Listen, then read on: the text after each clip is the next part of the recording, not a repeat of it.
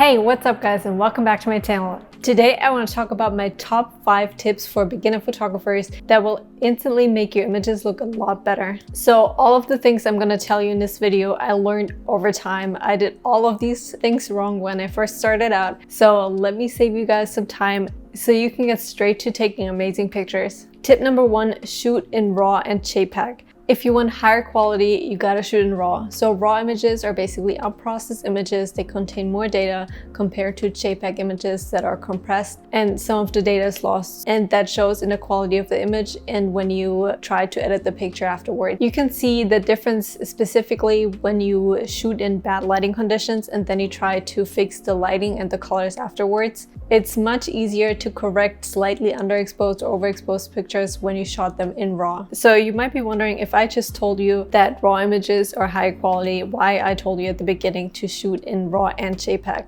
Well, there are 2 reasons for me personally why I recommend shooting in RAW and JPEG at the same time. Reason number 1 is because it's much quicker to just quickly preview the pictures on your laptop. So if you just want to preview your images to select the ones you want to edit, it's much easier to just go through the JPEG images instead of the RAW images. And that way you select the ones you like and then you go back and find the RAW image and you just edit the RAW image. And when you select in your camera to shoot in JPEG and RAW, you can select different JPEG sizes. If you just want to use it to preview your images, you can select the smallest size of JPEG, but there's also a situation where you would want to use the highest quality JPEG. So for example, when I shoot with family or friends, I send them my edits, but I also send them all the JPEG files just so that they have them as well. Now, obviously, if you shoot with clients and you sell photography packages, then you wouldn't send the client all the JPEG files. You would probably send them your edits and the number of edits they purchased. But there are situations when you would want to send the person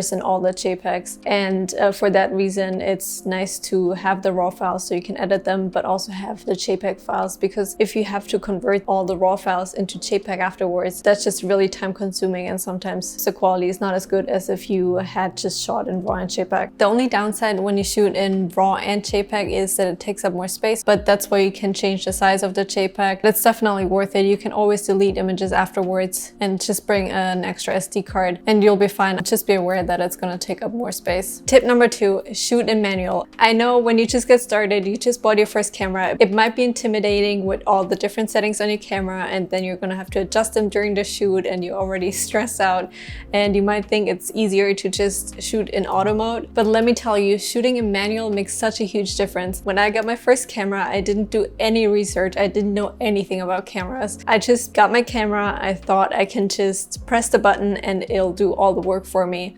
And that worked out fine during the day when the lighting was fine. But once I started taking pictures in the evenings or inside when the lighting wasn't perfect, my pictures were either blurry or they were too blue or too orange. And I just didn't know what I was doing wrong. I didn't know I had so much control over the camera and I could change so many of the settings to make the picture look great even in bad lighting conditions. So your camera doesn't always choose the right settings for every situation. So that's why you want to adjust it manually so you have the most control over your camera and you can make even bad lighting conditions look better. The 4 main settings that you have to master are the shutter speed, the aperture, the ISO, and the white balance. Once you have mastered those 4 settings, your pictures are gonna drastically improve. So I just want to briefly explain them. So the ISO I would always leave as low as possible. That's the last setting I adjust, because as you increase it in low light, your picture is gonna look a little grainy. So you want to leave that as low as possible, usually around 100, maybe 300-ish. The first setting I usually adjust is the aperture. So a lower aperture is going to give you a nice blurry background. So I usually adjust that first. If I want the subject to be the focus of the image, I usually set the aperture to around 1.8. But if you want the whole image in focus, you would set the aperture higher. And then the shutter speed, so you would use a faster shutter speed if you are trying to capture motion, and a slower shutter speed when you're trying to let more light in. So a slower shutter speed you would use for night shots, for example, or for long exposure shots. And then the white balance you adjust if your picture is a little too blue or a little too orange. And you basically want to make sure that the whites in your image are white. So you point at something white and then you adjust it. So I just wanted to briefly explain it. If if you want me to do a whole video on this, I can, because those settings can be a little confusing because each one of those is going to change how bright or dark your image is. So you want to find the right balance between aperture, shutter speed, and ISO to make your picture look the best for your situation. But again, take the time to learn those settings and you'll master your photography. Tip number 3, use the right lens. Again, I'm talking from experience. When I first started, I got my Nikon D5500 and it came with the kit lens, the 18 to 55 millimeter, and it was fine for a while, but it wasn't until years later that I found out that prime lenses are sharper. So like I said, I didn't do any research. Photography wasn't my job, so I didn't really look into it that much. So I just shot with the camera I had and I thought that was fine. I didn't know there were so many different lenses. It wasn't until I actually wanted to get into photography that I took the time to learn and understand photography better. Now I have a good understanding of what lenses I like for my photography and which ones are better than others. So zoom lenses are great. Obviously, they give you a lot of flexibility with your focal length, but if you want super nice and sharp images, you should also buy a prime lens. Prime lenses are typically sharper than zoom lenses and they have a wider aperture, which gives you that nice and blurry background. So for that, you will go with a lens that can go as low as 1.4 or 1.8 for the aperture, and most zoom lenses go as low as 3.5. So that's not gonna give you that nice and blurry background. A lower aperture also lets more light in, which brightens up your image and allows you to use a faster shutter speed to capture motion or images in lower lighting conditions. My favorite lens that I used on my Nikon D5500 was the 35 millimeter. So if you have a camera with a crop sensor, you would use the 35 millimeter.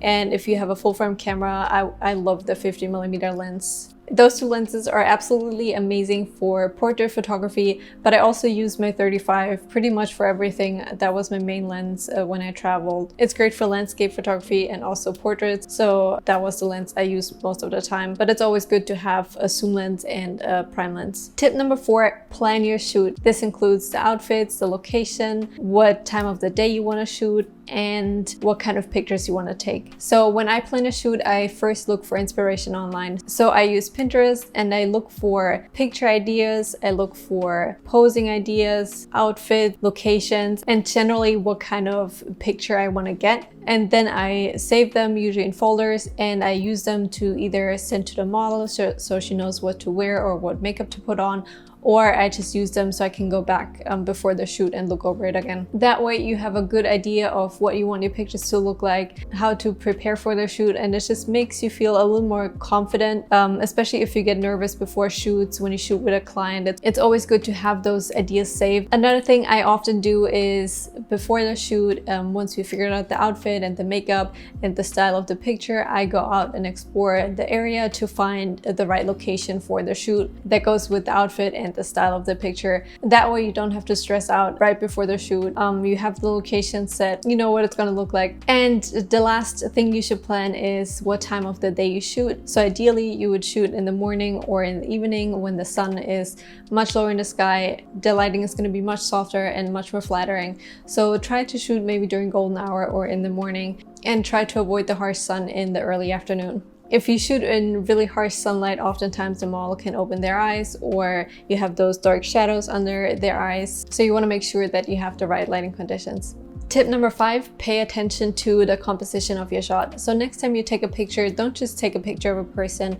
Try to frame the person in a certain way and try to be more intentional when you take your pictures and where you place the subject. So there are certain composition techniques that make your pictures look more pleasing. The right composition helps grab a viewer's attention and direct their eyes to a certain point of focus. So you want to take advantage of that. So there are a couple of these rules that you can apply to your images. The two most commonly known ones are the rule of thirds and leading lines. If you've watched any of my previous videos, you've probably heard me talk about it. I use those in a lot of my images. To apply the rule of thirds, you want to use the grid on your camera and you want to place the point of focus or the subject on the horizontal or the vertical lines or on the intersection points of those lines to basically make the subject the focus of the image.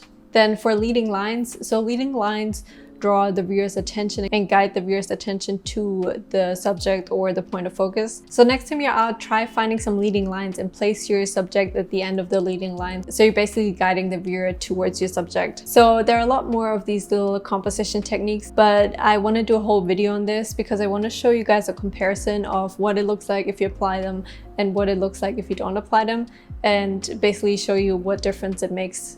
Alright guys, so that's it for this video. Those were my top 5 photography tips. Let me know in the comments below if those tips were helpful and if you want to see more photography tips in the future. There are so many more photography tips and tricks that you can apply to make your images look better. So if that's something you would like to see, let me know in the comments below. And if you like the video, make sure to hit the subscribe button so you don't miss any of my future videos.